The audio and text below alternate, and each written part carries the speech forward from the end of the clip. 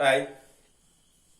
അപ്പൊ ഇന്ന് നമ്മൾ നോക്കാൻ പോണത് 9ാം ക്ലാസ്സുകാരുടെ മാത്സ് ചാപ്റ്ററിനെ കുറിച്ചാണ് കേട്ടോ. അപ്പൊ 9ാം ക്ലാസ്സുകാരുടെ ശ്രദ്ധയ്ക്ക്. അപ്പൊ നിങ്ങൾക്ക് എല്ലാവർക്കും ആദ്യത്തെ ടെസ്റ്റിലെ ആദ്യത്തെ ചാപ്റ്ററിനെ കുറിച്ച് എന്തെങ്കിലും ഐഡിയ ഉണ്ടായിരിക്കുമോ? ചാപ്റ്റർ ഏതെന്നറിയാവോ? ഏരിയ എന്നാണ് ചാപ്റ്ററിന്റെ പേര്. അപ്പൊ ഏരിയ എന്നുള്ള ഫസ്റ്റ് ചാപ്റ്റർ, 9ാം ക്ലാസ്സിലെ ഏരിയ എന്നുള്ള ഫസ്റ്റ് ചാപ്റ്ററിനെ കുറിച്ച് നമുക്ക് നോക്കാം. നമ്മൾ ട്രയാങ്കിളുമായിട്ട് ബന്ധപ്പെട്ട കാര്യമാണ് ഈ ചാപ്റ്റർ പഠിക്കുന്നത്. ഓക്കെ, അപ്പൊ ചാപ്റ്ററിന്റെ പേര് ഏരിയ എന്നാണ്.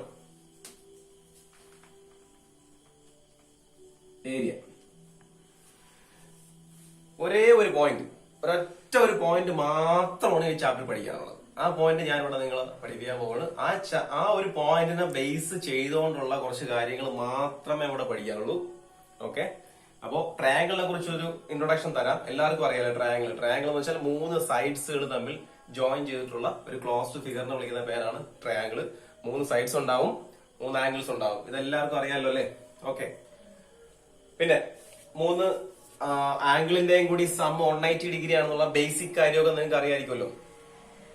ചിലപ്പോൾ എല്ലാവരും നോക്കിക്കോ. നമുക്ക് ഈ ട്രയാങ്കിളിന്റെ ഒരു ഏറ്റവും ഈ ചാപ്റ്ററിലെ ഏറ്റവും പ്രധാനപ്പെട്ട ഒരു പോയിന്റിലേക്ക് ഞാൻ ഡയറക്റ്റ് കിടക്കുകയാണ്. കൂടുതൽ ഡീറ്റെയിൽ ആയിട്ടൊക്കെ നമുക്ക് ലൈവ് ക്ലാസ്സിൽ പറയാം. അപ്പൊ നിങ്ങൾ ഈ പോയിന്റ് ഫസ്റ്റ് നോക്കിക്കോക. സിമ്പിൾ ആണ്. അത് നോക്കിക്കോ.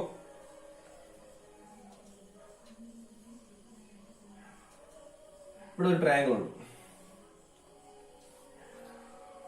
ഈ ട്രയാങ്കിൾ നിങ്ങൾ കാണുന്നുണ്ടല്ലോ അല്ലേ? ഈ ട്രയാങ്കിളിന്റെ ബേസ് ഞാൻ പേര് കൊടുക്കുകയാണെന്നുണ്ടെങ്കിൽ ABC എന്ന് പേര് കൊടുക്കുകയാണെങ്കിൽ ഇവിടെ BC എന്നുള്ള ഈ ഒരു സൈഡാണ് ഇതിന്റെ ബേസ് അല്ലെ? ട്രയാങ്കിളിന്റെ ബേസ് എന്ന് പറഞ്ഞാൽ ട്രയാങ്കിൾ നമ്മൾ ഇങ്ങനെ എടുത്ത് വെക്കുമ്പോൾ ഇപ്പൊ നമ്മൾ എന്റെ കയ്യിൽ വെക്കുകയാണെന്നുണ്ടെങ്കിൽ ഈ കയ്യിൽ ടച്ച് ചെയ്തിരിക്കുന്ന ആ ഒരു സൈഡിനെ വിളിക്കുന്ന പേരാണ് ബേസ്. ഇപ്പൊ നമ്മൾ എവിടെ നിൽക്കുമ്പോൾ, നമ്മൾ തറയിൽ നിൽക്കുമ്പോഴത്തേക്ക് നമ്മൾ തറയിൽ ടച്ച് ചെയ്ത് നിൽക്കുന്ന ഭാഗമാണ് നമ്മുടെ ബേസ്, പാദം എന്ന് നമ്മൾ മലയാളത്തിൽ. നമ്മുടെ പാദം എവിടെയെന്ന് എല്ലാവർക്കും അറിയാം അല്ലെ? മലയാളത്തിൽ പറഞ്ഞത്. അപ്പോ ബേസ് അതിനെ കുറിച്ച് എല്ലാവർക്കും അറിയാം. അപ്പൊ ഇതാണ് ബേസ്. ഈ ബേസിനെ നോക്കിക്കോ. ഈ ഒരു എ എന്നുള്ള പോയിന്റ് കണ്ടല്ലോ എല്ലാവരും? എ എന്നുള്ള പോയിന്റ്. ഈ എ എന്നുള്ള പോയിന്റിൽ കൂടി ഈ BCയെ ബേസ് ചെയ്തുകൊണ്ട്, BC എന്ന സൈഡിനെ, BC എന്ന ബേസിനെ അടിസ്ഥാനമാക്കി ഈ എ എന്നുള്ള പോയിന്റിൽ കൂടി ഞാൻ ഒരു പാരലൈൻ വരയ്ക്കണം. അപ്പൊ എല്ലാവർക്കും പാരലൈൻസ് എന്താണെന്ന് എല്ലാവർക്കും അറിയാം അല്ലെ? ഒരിക്കലും കൂട്ടിമുട്ടാതെ എല്ലായിടത്തും ഡിസ്റ്റൻസ് ഒരുപോലെ മെയിൻറ്റെയിൻ ചെയ്തു പോകുന്ന സ്ട്രൈറ്റ് ലൈൻസ് വിളിക്കുന്ന പേരാണ് പാരലൈൻസ് അല്ലെങ്കിൽ സമാന്തര വരകൾ. ഓക്കെ, അപ്പൊ ഞാൻ ഇവിടെ ജസ്റ്റ് ഒന്ന് വരയ്ക്കാം. അതായത് എ എന്നുള്ള പോയിന്റ്, ഈ വെർട്ടെക്സ് എല്ലാവരും കണ്ടല്ലോ അല്ലെ? എ എന്നുള്ള ഈ വെർട്ടെക്സിൽ കൂടി ഞാൻ ഒരു ലൈൻ, ഒരു പാരലൈൻ വരച്ചു. ഇത് കുറച്ച് താന്നു പോയി, കുഴപ്പമില്ല. ഈ ഒരു പോയിന്റ് കൂടിയാണ് വരച്ചത്. അപ്പോ ഈ BC എന്നുള്ള ബേസ് ഉണ്ട്. ഈ BCക്ക് പാരലായിട്ടാണ് ഞാൻ ഈ എ എന്നുള്ള പോയിന്റ് കൂടി വരച്ചേക്കുന്നത്. ഇത്രയും ക്ലിയർ അല്ലേ എല്ലാവർക്കും? ഈ BC എന്നുള്ള ബേസിനെ അതൊരു കോമൺ ബേസ് ആക്കിക്കൊണ്ട് ഞാൻ മറ്റൊരു ട്രയാങ്കിൾ ഇതിനകത്ത് ഫോം ചെയ്യാൻ പോകുന്നു. ഓക്കെ, അതായത് ഞാനിപ്പോ 3ാമത് വരയ്ക്കാൻ പോണ ട്രയാങ്കിളിന്റെ ബേസും എന്ത് തന്നെയാണ്? ഈ BC തന്നെയാണ്. ഞാൻ ഇവിടെ ഒരു പോയിന്റ് കൺസിഡർ ചെയ്തു. എന്നിട്ട് ഈ പോയിന്റിൽ നിന്ന് ബിയിലേക്കും സിയിലേക്കും ലൈൻ വരച്ചു. ഇതെങ്ങനെ? സിയിലേക്കും വരച്ചു. ഇവിടെ മറ്റു രണ്ടാമത്തെ ഒരു ട്രയാങ്കിൾ നിങ്ങൾ കാണുന്നുണ്ട് അല്ലെ? അതായത് ഈ ഫസ്റ്റ് ഞാൻ വരച്ച ട്രയാങ്കിളും രണ്ടാമത് വരച്ച ട്രയാങ്കിളിന്റെയും പ്രത്യേകത എന്താണ്? രണ്ടിന്റെയും ബേസ് ഈക്വൽ ആണ്. ശരിയല്ലേ? അല്ലേ? വേറെ പ്രത്യേകതയുണ്ട്. നോക്കിയ എല്ലാവരും, എന്താ വേറെ പ്രത്യേകത? ഈ രണ്ടിന്റെയും 3ാമത്തെ വെർട്ടെക്സ് എല്ലാവർക്കും അറിയാമല്ലോ. 2 ലൈൻസുകൾ ജോയിൻ ചെയ്യുന്ന ഈ കോർണർ വിളിക്കുന്ന പേരാണ് വെർട്ടെക്സ്. ഇതൊരു വെർട്ടെക്സ്, ഇതെല്ലാം വെർട്ടെക്സ് ആണ്. അപ്പൊ ഈ ട്രയാങ്കിളിന്റെ ഈ ഒരു വെർട്ടെക്സ്, ഈ ലൈൻ ഇത് ഇവിടെ തന്നെ പോണട്ടാ. ഈ ട്രയാങ്കിളിന്റെ ഈ ഒരു വെർട്ടെക്സിൽ കൂടി കടന്നു പോകുന്ന അതേ ലൈനിൽ തന്നെയാണ് രണ്ടാമത് വരച്ച ട്രയാങ്കിളിന്റെ വെർട്ടെക്സ്. കണ്ട സ്പെഷ്യാലിറ്റി മനസ്സിലായല്ലോ? 2 ട്രയാങ്കിളിന്റെ ബേസ് ഈക്വൽ ആണ്. കൂടാതെ 3ാമത്തെ വെർട്ടെക്സ് രണ്ടും ഒരേ ലൈനിൽ കൂടി കടന്നു പോകാം. കണ്ട ഈ ലൈനിന്റെ പ്രത്യേകത അറിയാലോ? ഈ ബേസിന് പാരലാണ്. അപ്പൊ നമ്മുടെ ഫസ്റ്റ് പോയിന്റ് ഇത്രയേ ഉള്ളൂ. ഇങ്ങനെ വന്നു കഴിഞ്ഞാൽ ഇങ്ങനെ ഫോം ചെയ്യുന്ന ഈ 2 ട്രയാങ്കിളിന്റെയും ഏരിയ ഈക്വൽ ഏരിയ ആയിരിക്കും. ഇതാണ് ഫസ്റ്റ് പോയിന്റ്. ക്ലിയർ ആയല്ലോ? അതായത് 2 ട്രയാങ്കിളിന്റെയും ബേസ് ഈക്വൽ ആയിരിക്കണം. ആ ബേസ് ഈക്വൽ ആയിട്ട് അടുത്ത വെർട്ടെക്സ്, 3ാമത്തെ വെർട്ടെക്സ്, ആ 2 ട്രയാങ്കിളിന്റെ 3ാമത്തെ വെർട്ടെക്സ് കടന്നു പോകുന്നത് ഈ ബേസ് ലൈനിന്റെ പാരലായിട്ടുള്ള ലൈനിൽ കൂടി ആയിരിക്കണം. ഇങ്ങനെയാണെന്നുണ്ടെങ്കിൽ ഈ രണ്ട് ട്രയാങ്കിളിന്റെ ഏരിയ ഈക്വൽ ആയിരിക്കും. ഇത്രയാണ് പറഞ്ഞത്. ഓക്കെ, ഇതാണ് ഈ ചാപ്റ്ററിലെ മെയിൻ പോയിന്റ്. ഇത്രേ ഉള്ളൂ, സിമ്പിൾ. ഇതിനെ ബേസ് കൊണ്ടുള്ള കുറച്ച് ഫിഗേഴ്സ് ആണ് നമ്മൾ ഈ ചാപ്റ്ററിൽ പഠിക്കുന്നത്. ഓക്കെ, അതായത് ഇതുപോലെ ഈക്വലന്റ് ആയിട്ടുള്ള ട്രയാങ്കിൾ വരയ്ക്കാം. ഒരു ട്രയാങ്കിൾ നമ്മൾ തന്നിട്ട് അതിന് ഈക്വലന്റ് ആയിട്ടുള്ള മറ്റൊരു ട്രയാങ്കിൾ വരയ്ക്കാൻ ചോദിക്കും. ഇതാണ് നമ്മുടെ ഈ ചാപ്റ്ററിൽ ഉള്ളത്. അത് കഴിഞ്ഞിട്ട് പിന്നെ ക്വാഡ്രിലാറ്ററലിനെ കുറിച്ചും പഠിക്കാറുണ്ട്. അതിനെ നമ്മൾ ഡിവൈഡ് ചെയ്തിട്ട് ഈക്വൽ ഏരിയ ഉള്ള ട്രയാങ്കിളൊക്കെ ആയി മാറ്റുന്നത് എങ്ങനെയാണ് പറയാനുള്ളത്. ഞാൻ സിമ്പിൾ ആയിട്ട് ഒരെണ്ണം വരച്ച് കാണിക്കാം. ഓക്കെ, നിങ്ങൾ എടുത്ത് നോക്കൂ. അപ്പൊ നമുക്കൊരു ഫിഗർ വരയ്ക്കാം. എന്തായാലും അവിടെ ഫിഗർ വരച്ചിട്ടുണ്ട്. 6 സെന്റിമീറ്റർ, 5 സെന്റിമീറ്റർ, 4 സെന്റിമീറ്റർ, ഈ 3 സൈഡുള്ള ട്രയാങ്കിൾ ഞാൻ വരച്ചിട്ടുണ്ട്. എന്റെ ക്വസ്റ്റ്യൻ ഇതാണ്: ഈ ട്രയാങ്കിളിന് ഇക്വലന്റ് ഏരിയ ആയിട്ടുള്ള ഈക്വൽ ഏരിയ ഉള്ള ഒരു ഐസോസിലസ് ട്രയാങ്കിൾ വരയ്ക്കാനാണ് ഞാൻ ചോദിച്ചത്. ചോദ്യം മനസ്സിലായാലും, ഒരു ഐസോസിലസ് ട്രയാങ്കിൾ ആണ് നമ്മൾ ഫോം ചെയ്യേണ്ടത്. അതിന്റെ പ്രത്യേകത എന്തായിരിക്കണം? ഈ അളവില് ഞാൻ ഈ വരച്ചത് 6, 4, 5 ഈ അളവിലുള്ള ഈ ട്രയാങ്കിളിന്റെ ഏരിയ എന്താണോ അതേ ഏരിയ തന്നെ ആയിരിക്കണം അതിന്. ഓക്കെ, നോക്കാം. അപ്പൊ ഐസോസിലസ് ട്രയാങ്കിൾ എന്താണ്? മലയാളത്തിൽ നമ്മൾ സമപാർശ്വ ത്രികോണം എന്ന് പറയും. എന്താണെന്ന് അറിയാലോ അല്ലേ?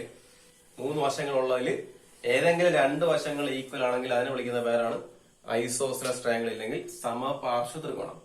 അപ്പൊ ഈ ഐസോസിലസ് ട്രയാങ്കിളിന്റെ പ്രത്യേകത എന്ന് വെച്ചാൽ, ഞാൻ ഇപ്പൊ ജസ്റ്റ് ഒരു റഫായിട്ട് ഫിഗർ വരച്ച് കാണിച്ചു തരാം.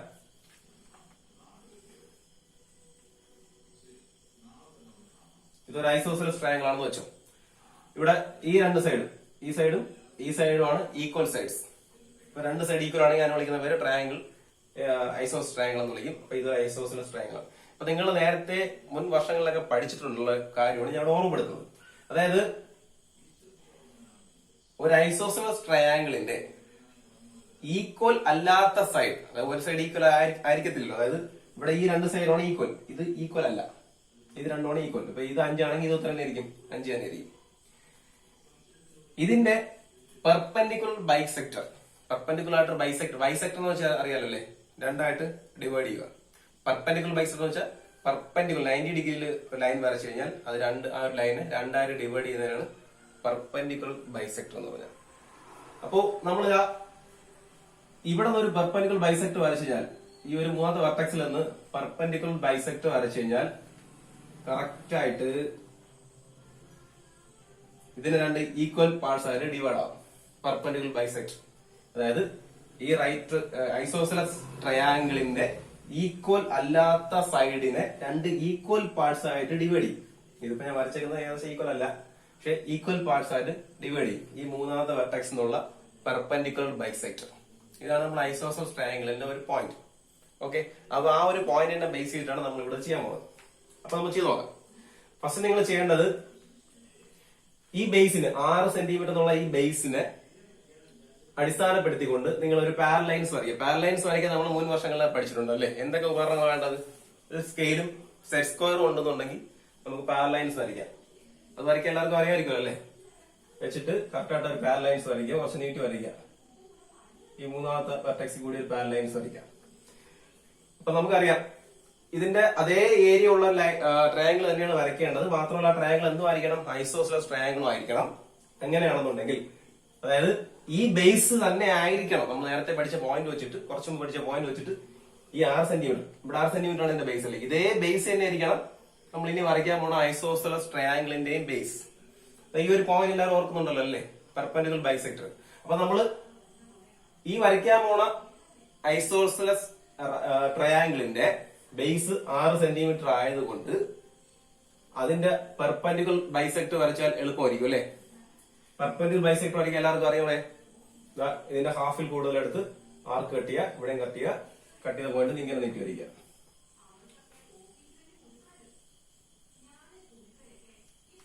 ഓക്കെ, ഈ പെർപെൻഡിക്കുലർ ബൈസെക്ടർ നോക്കിയേ. ഈ പെർപെൻഡിക്കുലർ ബൈസെക്ടർ, ഈ ഒരു ഐസോസിലസ് ട്രയാങ്കിളിന്റെ പെർപെൻഡിക്കുലർ ബൈസെക്ടർ എവിടെ നിന്നാണ് വരുന്നത്? ഈ 3ാമത്തെ വെർട്ടെക്സ് എന്നല്ലേ? അപ്പൊ തീർച്ചയായിട്ടും ഈ പെർപെൻഡിക്കുലർ ബൈസെക്ടർ കൂട്ടിമുട്ടുന്ന ഈ ഒരു പോയിന്റ് ആയിരിക്കത്തില്ലേ ഇതിന്റെ 3ാമത്തെ വെർട്ടെക്സ്? സോ ഇതിൽ നിന്നും ഈ 2 വെർട്ടെക്സിൽ നിന്നും അതിലേക്ക് ജോയിൻ ചെയ്താൽ മതി.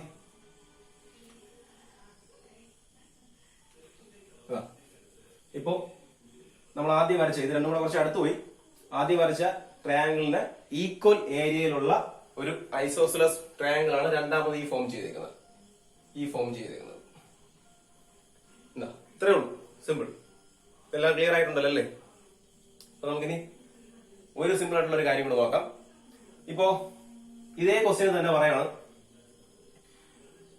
ഒരു സൈഡ് 7 സെന്റിമീറ്റർ ഉള്ള ഒരു ഈക്വൽ ട്രയാങ്കിൾ, അതായത് ഫസ്റ്റ് വരച്ച ട്രയാങ്കിളിന് ഈക്വൽ ഏരിയ ആയിട്ടുള്ള ഒരു ട്രയാങ്കിൾ വരയ്ക്കാൻ പറഞ്ഞേക്കാണ്. ഒരു സൈഡ് 7 സെന്റിമീറ്റർ ആയിരിക്കണം എന്ന് പറഞ്ഞിട്ടുണ്ട്. വേറെ ഒന്നുമില്ല, സിമ്പിൾ ആണ്. അപ്പൊ എന്ത് ചെയ്യും നിങ്ങൾ, ഒരു സൈഡ് ഇപ്പൊ ലെഫ്റ്റ് സൈഡ് എന്ന് വെച്ചോ, ലെഫ്റ്റ് സൈഡ് 7 സെന്റിമീറ്റർ ആണെന്ന് പറഞ്ഞിട്ട് വെച്ചോ. അപ്പൊ ട്രയാങ്കിൾ ഇങ്ങനെ വരയ്ക്കുമ്പോഴത്തേക്ക് ഇങ്ങനെ വരച്ചു കഴിഞ്ഞാൽ ലെഫ്റ്റ് സൈഡ് എന്ന് ഉദ്ദേശിക്കുന്നത് ഇതാണ്, ഇത് ബേസ്, ഇത് ലെഫ്റ്റ് സൈഡ്, റൈറ്റ് സൈഡ് എന്ന് ഉദ്ദേശിക്കുന്നത്. അപ്പോൾ ലെഫ്റ്റ് സൈഡ് എന്ന് പറയുമ്പോഴത്തേക്ക് ഈ വെർട്ടെക്സ് എന്ന് പോകുന്ന ലൈൻ, അതായത് ഈ സൈഡ്, ഇത് 7 സെന്റിമീറ്റർ എന്ന് പറഞ്ഞിരുന്നത്. അപ്പൊ അത് സിമ്പിൾ ആണ്, എങ്ങനെ വരയ്ക്കാൻ പറ്റും നിങ്ങൾക്ക് തന്നെ ചിന്തിച്ചു നോക്കാവുന്നേ ഉള്ളൂ. ഒന്നുമില്ല, നമ്മൾ സ്കെയിൽ എടുക്കുക, കോമ്പസ് എടുക്കുക, പെൻസിൽ കണക്ട് ചെയ്യുക, സ്കെയിലിൽ കോമ്പസ് വെച്ചിട്ട് 7 സെന്റിമീറ്റർ എടുക്കുക. 7 സെന്റിമീറ്റർ എടുത്ത് ഈ വെർട്ടെക്സിൽ വെച്ചുകൊണ്ട് നമ്മുടെ പാരലൈനിൽ ഒരു ആർക്ക് കട്ട് ചെയ്യുക.